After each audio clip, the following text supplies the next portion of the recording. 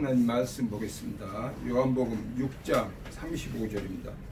요한복음 6장 35절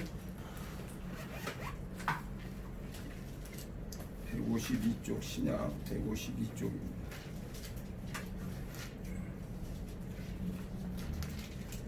요한복음 6장 35절 제가 봉독합니다.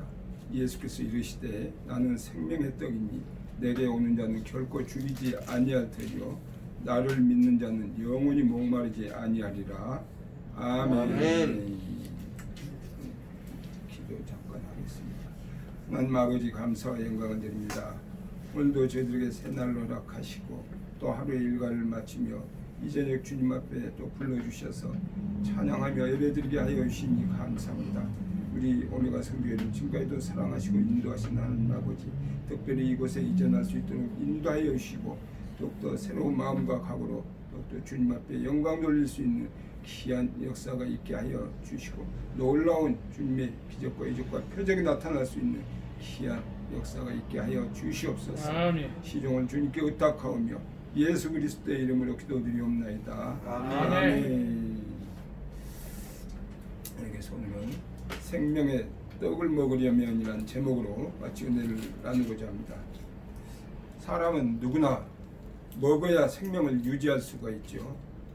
그런데 우리는 밥으로 사는 육신뿐 아니라 영혼을 가진 존재입니다. 그래서 주님께서 말씀하시기를 사람이 떡으로만 살 것이 아니요 하나님의 입으로 나오는 모든 말씀으로 살 것이라고 마태복음 4장에서는 말씀하고 있습니다. 사람은 그 누구도 밥만 먹고는 만족하지 못합니다. 성경은 사람이 밥을 먹고 활동한다고 해서 다 산 것이 아니라고 합니다. 이것은 육신의 생명은 살아있어도 영적으로는 죽어 있는 경우가 많음을 우리에게 말씀해주고 있습니다. 그래서 사람이 영적으로 살기 위해서는 생명의 떡을 먹어야 합니다. 주님께서는 내가 곧 생명의 떡이라고 하셨습니다. 그러면 사람이 어떻게 해야 생명의 떡을 먹을 수 있겠습니까? 이 시간 우리가 살펴보면서 귀한 은혜 시간이 되시기를 주님의 이름으로 부탁을 드립니다. 네. 첫째는 영적인 배고픔을 인식해야 한다는 것입니다. 정상적인 사람인 경우 하루 3끼 밥을 먹지 않으면 배고픔을 느끼게 되죠. 그래서 먹을 것을 찾게 됩니다. 하지만 병든 사람인 경우에는 배고픔을 느끼지 못할 수도 있습니다. 영적으로도 이와 같습니다. 하나님께서는 인간을 창조하실 때 영적인 배고픔을 인식할 수 있는 그런 존재로 창조하셨습니다. 그래서 죄로 말미암아 양심이 아주 마비된 사람이 아니라면 자신의 영적인 배고픔의 상태를 인식할 수 있어야 합니다. 특별히 하나님의 말씀을 듣지 못하고 또 읽지 못할 때 자신의 영적 대기근으로 인해서 목말라하고 굶주림에 또 허덕여야 합니다. 그래서 아모스 선지자는 주 여호와의 말씀이라 보라 날이 이를지라도 내가 기근을 땅에 보내리니 양식이 없어 주림이 아니요 물이 없어 결함이 아니요 여호와의 말씀을 듣지 못한 기갈이라고 말씀하고 있습니다. 물과 양식이 없는 상태만을 대기근으로 생각한다면 짐승과 다른 게 뭐가 있겠습니까? 우리는 영적 대기근으로 목말하고 있는가? 또 예수님께서 주시는 생명의 떡을 먹기 위해서 우선 먼저 영적 배고픔을 인식해야 함을 우리는 명심해야 될 줄로 있습니다. 생명의 떡을 먹으려면 또 두 번째로는 생명의 떡이신 예수님께 나아와야 된다는 것입니다. 사람들이 정확히 인식하지 못해서 그렇지 모든 사람들은 영적 갈등과 기근을 막연히나마 느끼고 살아갑니다. 그래서 세상의 여러 쾌락 속에서 그 만족을 얻으려고 합니다.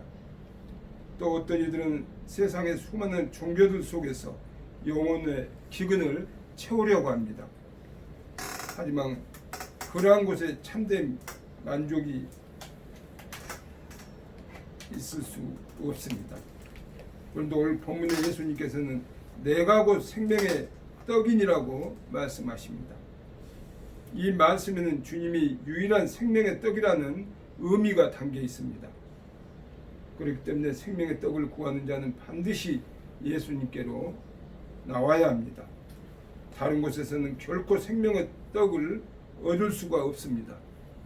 그렇기 때문에 지금 영적 대기근에 허덕이고 있다면 주님께 나와야 합니다. 예수께서 가라사대 내가 생명의 떡이니 내게 오는 자는 결코 줄이지 아니할 것이라고 말씀하신 것입니다. 우리는 생명의 떡이신 예수님께 나와서 받아 먹는 떡이 되어야 될 줄로 믿습니다. 아멘. 세 번째는 어떠한 경우에도 예수님 곁을 떠나지 말아야 합니다. 성경은 영생을 얻기 위해서 예수께 나아갔다가 스스로 돌아서서 예수님을 떠나가 많은 사람들에 대해서 이야기하고 있습니다. 사람들은 누구나 생명의 떡을 먹고 영원히 살기를 원합니다. 그러나 그러한 바람이 있다고 해서 모두 다 생명의 떡을 먹는 축복을 누리게 되는 것은 아니죠. 영생에 대한 바람을 가진 어떤 부자 청년이 예수께 나와서 무엇을 하여야 영생을 얻을 수 있는지를 묻습니다. 그래서 예수님께서 있는 재산을 다 팔아 가난한 자들에게 나누어 주고 주님을 쫓으라고 그가 해야 할 일을 가르쳐 주셨습니다. 그러나 그는 예수님께 머물지 않고 근심하며 떠나갔다고 마태복음 19장에서는 말씀하고 있습니다. 그 청년이 재물이 많음으로 이 말씀을 듣고 근심하며 가니라고 마태복음 19장 22절에서는 말씀하고 있습니다. 가룟 유다도 예수를 떠나 제 곳으로 가버린 사람입니다. 또 요한복음 6장 66절에는 제자 중에 많이 물러가고 다시 그와 함께 다니지 아니하더라고 해서 예수님을 떠나간 사람이 많음을 우리에게 알려주고 있습니다. 그들은 아무도 생명의 떡을 얻지 못했습니다. 그러나 베드로는 예수님께 머물러 있어야 생명의 떡을 머물 수 있음을 알았습니다. 예수께서 12 제자에게 너도 가려느냐고 말씀하시자 베드로가 대답하기를 주여 영생의 말씀이 계심에 우리가 네게로 가오리까라고 대답을 합니다. 생명의 떡을 먹으려면 예수님을 떠나지 말아야 합니다. 예수님 곁에 머물 때 크고 작은 시련이 닥쳐오는 것은 부인할 수 없는 사실이지만 그것은 영생으로 가는 과정일 뿐 우리에게서 영생을 뺏어가지는 못합니다. 아멘. 그러나 주님 곁을 떠날 때는 우리의 생명은 그것으로 끝입니다. 그래서 요한복음 15장 6절에서는 사람이 내 안에 거하지 아니하면 가지처럼 밖에 버려져 마르나니 사람들이 그것을 모아다가 불에 던져 사르니라고 말씀합니다. 우리는 영적인 배고픔을 인식하고 계십니까? 그렇다면 생명의 떡이신 예수님께 나와야 하고 예수님의 곁을 떠나지 말아야 합니다. 주님께서는 우리에게 나오는 자는 결코 줄이게 하거나 내어쫓지 않으신다고 약속해 주셨습니다. 이렇게 생명의 떡을 먹으려면 철저히 영적인 배고픔을 인식하고 또 그 떡을 먹기 위해서 예수님께 나와야 되고 예수님 곁을 떠나지 말아야 된다는 것을 항상 마음에 새기면서 이 땅에 우리가 예수 그리스도를 믿음으로 힘들고 어렵더라도 또 어떠한 고난이 다가오더라도 끝까지 믿음의 경주를 잘 달려가서 빛난 면류관, 생명의 면류관, 의의 면류관 다 받는 우리 모두가 되시기를 주님의 이름으로 축원드립니다. 아멘. 아멘. 기도합니다. 하나님 아버지 감사와 영광을 드립니다. 연약하고 부족하고 무지한 저희들이지만 주님께서 만세전에 택정하여 주셨다가 이 시대에 태어나게 하시고 또 주님의 자녀로 삼아주심을 감사합니다.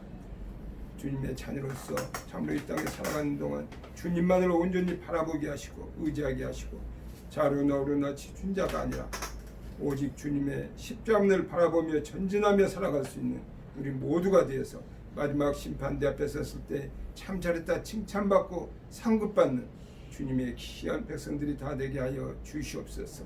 예수 그리스도의 이름으로 기도드리옵나이다. 아멘. 아멘.